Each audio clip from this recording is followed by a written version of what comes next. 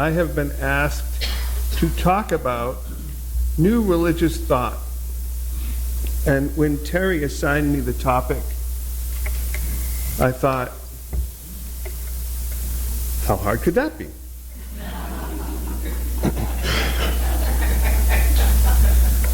After having spent some time, I remember thinking, now she's gone, so I couldn't do this, but I remember thinking to say to her, could you have been any less specific? What does this mean? So I started where I start everything. I started on Wikipedia, because it's a great place to get the general gist of things. And there are 270 new religious movements that are considered new religious movements. And the way that theologians are dividing up new religious movements is anything after about 1850.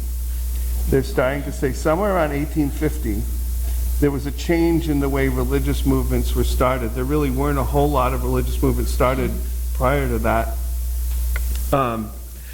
And you run into some issues when you're talking about looking at new religions, new religious movements, because you start looking at them and the inclination is to dissect them like a frog, right? So chop them up, figure out what they're all about, right? You're going to pull it apart, you're going to figure out what it's all about. And there's a risk to doing that, which we'll get to later, but the risk is that you don't get to know the whole religion. I mean, I was in 8th grade the last time I dissected a frog, and it didn't make any sense to me because I realized the frog is dead. How am I going to get to know the frog if the frog is dead, right? One of the things you have to know about a frog is not so much where its liver is. I'm sure it has one of those. You told me it has one of those, so I'm sure it's in there somewhere. It's also really, really hard to get to know a religion by reading its scripture. Because you make a direct translation by reading the scripture. On a new religion, you read the scripture and you think that's the way they live their lives. And if you think about your own religion, and this religion isn't really big on scripture, but we each have our own scriptural things that we include in our lives. And you know that there's sometimes a pretty big delta, a pretty big gap between what the scriptures say and how you live your life, right? And you can look at this, you can look at the 10 Commandments of Christianity, for example, right? Thou shalt not commit murder. They kind of missed on that one for a couple thousand years, you know? So if you were to read the scriptures of Christianity and then look at what the Christian church did, you'd kind of go, wait a minute, it's a little different here. So I tried to avoid reading the scriptures of these religions to try to get to know them. But I'll tell you, of the 270 variations on Wikipedia, only really 18 of them jumped out to me as significant. And here's how I broke them down. I said that the first criteria was they had to have been formed sometime after 1850. The second criteria was they had to be more than just a modification of another religion. And this is what happened with most of them. So, for example, I'll give you an example. Do you remember the Waco, Texas thing where the Branch Davidians were in there, that whole terrible thing that happened? So the Branch Davidians are an offshoot of the Davidians, who are an offshoot of the Seventh-day Adventists. Okay? So you get the Seventh-day Adventists, then there's an argument, and you get the Branch Seventh-day Adventist, and then there's an argument and you get the Davidian first, and then the Branch Davidian. So that's listed in the 270, but I didn't really think that that was a new religion. That was just a new way of looking at an older religion. So what did you come up with? And then the other rule that I had was it had to be more than just a cult. And let me tell you something, that's not easy. Because all of these things kind of started out, like when they started out, they called them, every one of them was called a cult, right? There's just some weird guy, usually man, not all, but most of them men. And some people follow him around. So it's hard to really get through sometimes what a cult was. Sometimes you don't know whether it's a cult until 50 years later, and there's 400 churches in the world, and now I guess it's a religion now, right? So let me tell you the list I came up with, and you're gonna when I say these, some of you are gonna be, I've never even heard of that. And some of you are gonna say, some of you are gonna wanna be pushing the cult button, right? Okay, so the first one, cult button pushing aside, and this one actually started in 1830, but the theologians put it in this bunch with the new religions. Is Mormonism, and I hear the cult buttons being pushed, and it's a new religion. Now, it is derivative, and I'll go over in a minute the derivations. It's derivative of Christianity. That was in 1830. In 1844, the Baha'is. In 1875, Christian Science. In 1891, the Unity Church. And in 1911, the Nazareth Baptist Church, which was formed. So all these, Mormonism was formed in the United States. Baha'i was formed in Iran. Christian Science in the United States. Unity Church in the United States. And the Nazareth Baptist Church in South Africa. Then in the 1930s, you get this bang of religions. There's this whole bunch of formed all at the same time. You get the Nation of Islam, which is not now what it once was in the past, but it once was a religion. The Jehovah's Witnesses, the Rastafari, Cao Dai and Hao Ho in Vietnam, Soka Gakkai in Japan, Yingwando in China, and I practice how to pronounce all these, it's still not helping. Riso Koshikai in Japan, and I know some Riso Koshikai people. That was all in the 30s. These are all religions that started in the 30s. In the 50s, you get three, and you really got to be pushing the cult button on these three. First one is Scientology. Whether you like to admit it or not, it's a religion.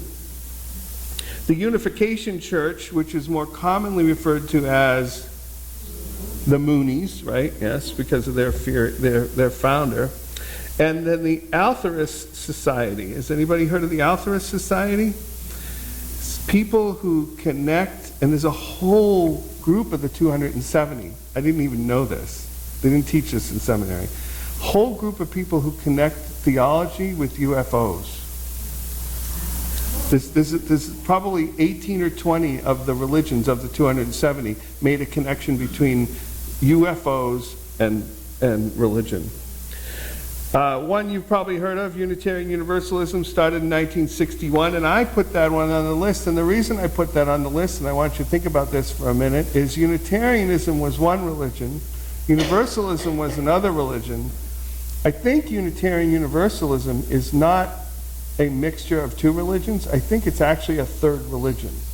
I think if you were to fast forward from 1961 to 2015, there are a whole bunch of people in 1961 that would not expected the theology to go the way it went. The International Society for Krishna Consciousness was formed in 1966, also known as the Hare Krishnas, exactly, right. Transcendental Meditation Movement was formed in 1967. That one you know by George Harrison, right? And all the Beatles songs later in life. And then the last one that I really considered to be a religion was the Falun Gong, which is what we heard today, a reading from the Falun Gong. And the Falun Gong was first taught publicly in Northeast China in 1992. It's been around prior to that. The Institute for the Study of American Religions at the University of California in Santa Barbara claims that there are 40 to 45 new religious movements in the United States every year.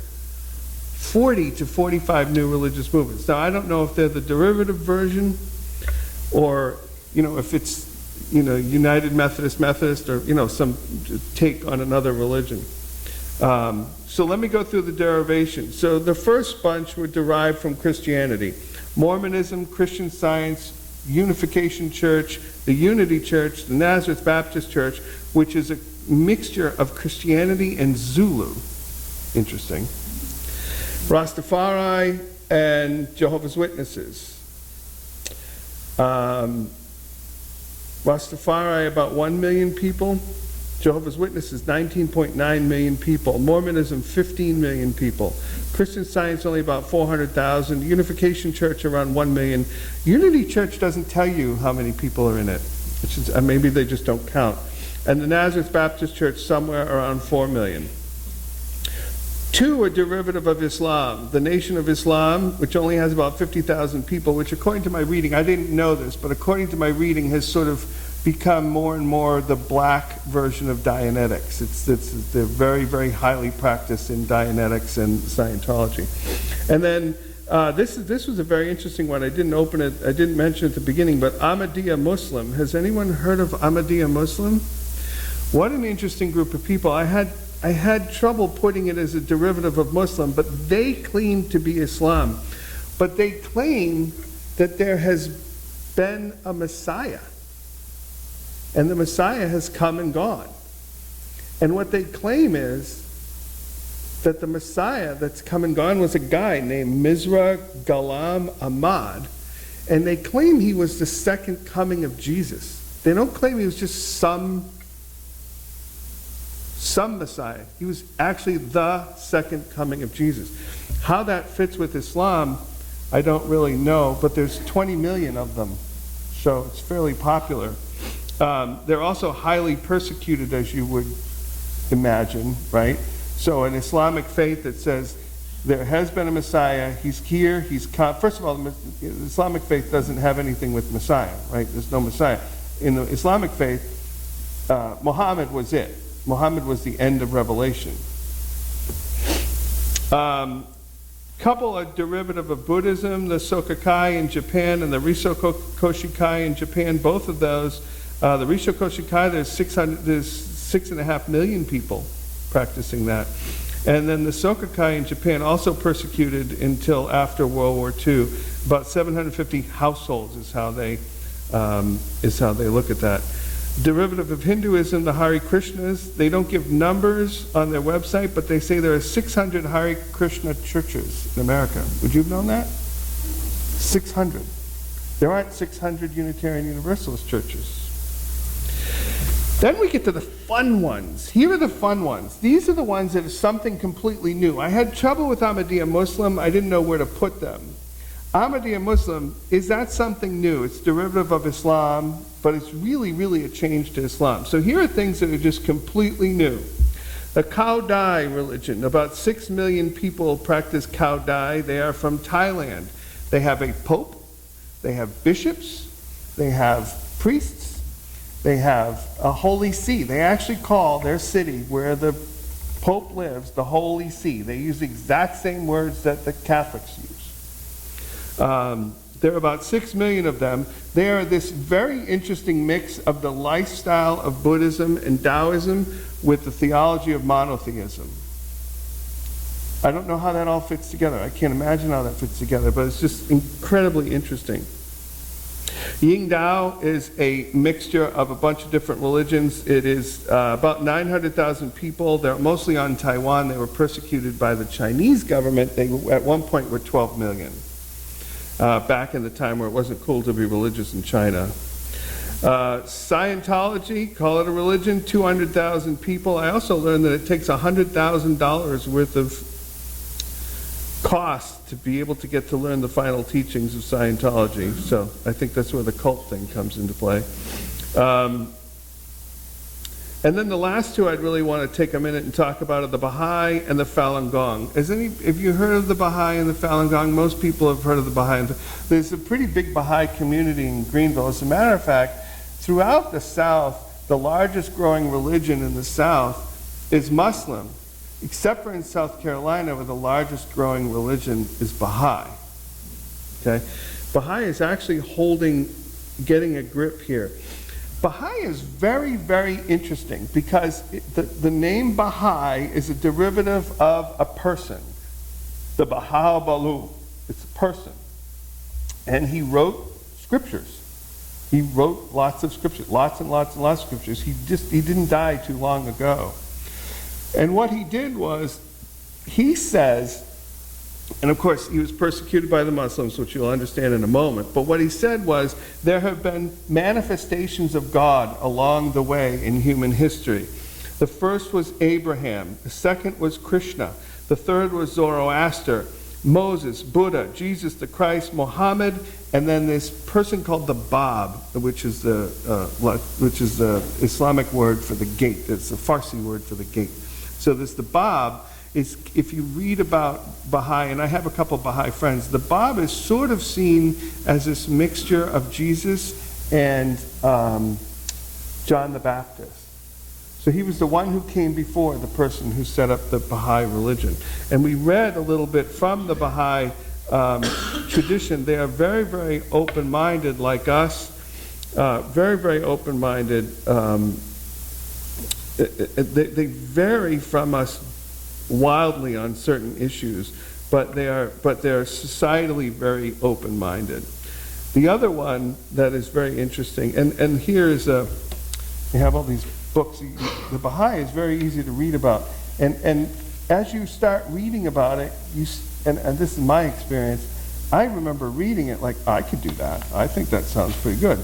And I guess I preached here a couple weeks ago, and one of the concerns with Unitarian Universalism is there's no place to start for people. It's hard for people to get going. You know, being a Unitarian Universalism is a lot of work because it's all on you.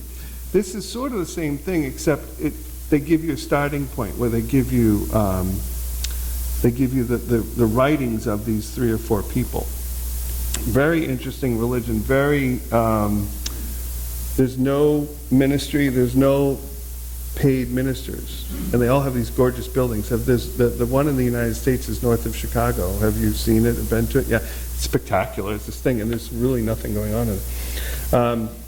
The Ahmadiyya, well, they don't. They come together. They read, and they're very similar in a lot of ways to the Jehovah's Witnesses. Which, if you know anything about Jehovah's Witnesses, you can go into any Jehovah's Witness meeting hall anywhere on the planet on a particular day, and they'll all be studying the same thing. It's very highly organized. Now, it's different languages and different sort of cultural interpretations of what that means. And it's very similar with the Baha'i. They study together. And then you have the Ahmadiyya Muslims who are just being slaughtered in Persia and in India where they are. I guess my question coming out of all this is, Unitarian Universalism, where are we? Like, are we a derivative of one thing, or are we something completely new, like the Kaudai and the Baha'i? The Baha'i see themselves as the next thing. So Muhammad came, and then there was the Baha'i, the Baha'u'llah, but they fully expect something else to come along the way too, as compared to the other religions, which sort of they have this way of capping their revelation at their religion, right? So, everything you need to know is in the Bible. And then along comes Muhammad and says, well, almost everything you need is in the Bible. Here's the Quran. Now you've got everything you need to know. All right, now comes along the Baha'i and go, well, wait a minute, here's almost everything you need to know, and here's the rest of it. So this is what interests me when I started reading about all these religions. And I was reflecting back on a service that I did in Greenville several years ago, and the service was music that changed music. And the purpose of the service was to talk about change. And we talked about music that changed music. And I wrote to the community on a blog, and I said, tell me who changed music. Tell me where music changed. And I got all these interesting answers, because I didn't know. I like music as much as the next person, but I'm not out there. And a couple of great answers came back, and we played them in the service. We played Beethoven's 7th Symphony, which is apparently some sort of groundbreaking something. We played Charlie Parker, who really took jazz and turned jazz on its head. We played the Beatles. And I remember thinking, and I remember talking about the Beatles, specifically the music of the Beatles that changed music was Sgt. Pepper's Lonely Hearts Club Band, right? And I remember thinking, Sgt. Pepper's Lonely Hearts Club Band, if it had been their first album, I don't think we'd ever have heard of the Beatles, right? You had to go through the Hard Day's Night and the Bobby Hare, and you had to get to a point where you could do that. These religious people come onto the scene like the Baha'u'llah, and just go, no, you got it all wrong. And the Ahmadiyya Muslims who just come out and say, no, there is a Messiah, this is him, and he's the second coming of Jesus Christ. Can you imagine the imams going, what? So some of these religious people, it's almost like the Beatles' first album was Sgt. Pepper's Lonely Hearts Club Band, and what a small audience of people that would have heard it in 1959 instead of 1969 or whatever, 67 I think. And what a small audience of people would have heard that and gone, play that again. A whole lot of people would have just gone, what was that? I don't really like that. And a lot of you have children, and I can tell you, listening to my children's music, I don't know what that's all about half the time. It's just thumping, but they like it. And their music derived from rap that came out of the 70s and the 80s. So the two risks of looking at a religion or looking at music or looking at anything like this, there are two really big risks that I want to make sure that I point out. And I tried to do this really, really intentionally when I did this. The first is labeling. And I purposely used a label earlier in the service. Do you remember which label I used? The C word, the cult, right? So that's a label that we put on things, right? How do we know whether it's a cult or whether it's a religion? The other thing that I really have a problem with, and Unitarian Universalists really have to watch out for, is appropriation. Have you heard the word appropriation? When you take just a little bit of a religion and and you use it so it's out of context. I used to participate in Zen sittings in New England, and I went to a Unitarian church somewhere once, and they were using just a little bit of the Zen service. And it was like, okay, wait a minute, you can't use just that part without using the other parts too. You're appropriating just the pieces of it that make you comfortable. You have to look at the whole thing. So now on to the last bit and how this sort of all comes together. So what is it that is so sacred in Unitarian Universalism that change would be rejected? What piece of Unitarian Universalism is so sacred that change would be rejected? And let me just tell you that the Baha'is claim 20,000 people died in the original persecution of the Baha'is. The 40,000 Falun Gong in China, the allegations against the Chinese government are that they combined getting rid of the Falun Gong, which they didn't like, and their need to start a organ donation bank, and got rid of 40,000 Falun Gong and simultaneously seeded up their organ bank. Of course, allegations, right? Could you, could I, could we imagine a religion worth dying for? As I sat here reading these stories, I remember thinking to myself, I'm Chinese, I live in North China 10, 15 years ago. Someone knocks at my door and asks me if I'm Falun Gong. I don't know if I'd say yes. I don't know. Now, if you walked in the door here, we wouldn't have much recourse but to say yes. But is your religion is enough to die for?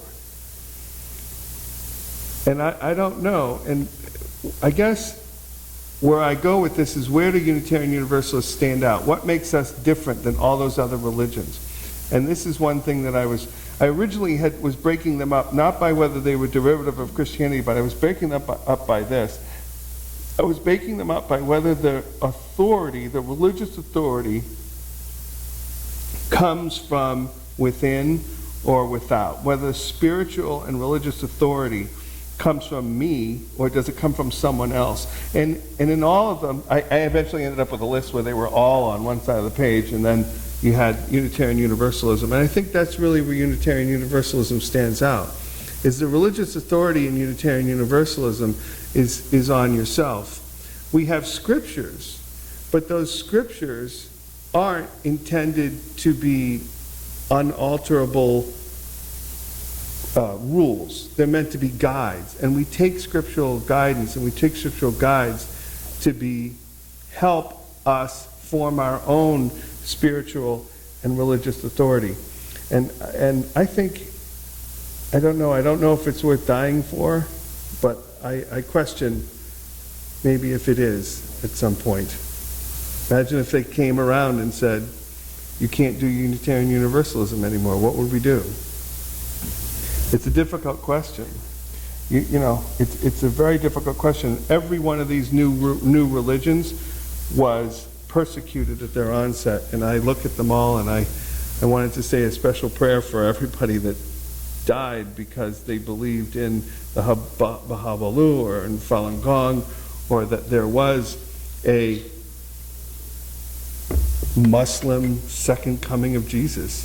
It's not worth dying for. I don't know, but maybe it is. So I leave you with these words today for your consideration. How does your religion fit in? How does your theology fit in with a religion of the new thought? How is it affected? How do you change? Or maybe you don't change, but how do you consider these wonderful new religions in light of your own religion? And with that, let's stand and sing the final hymn, which is hymn number 148.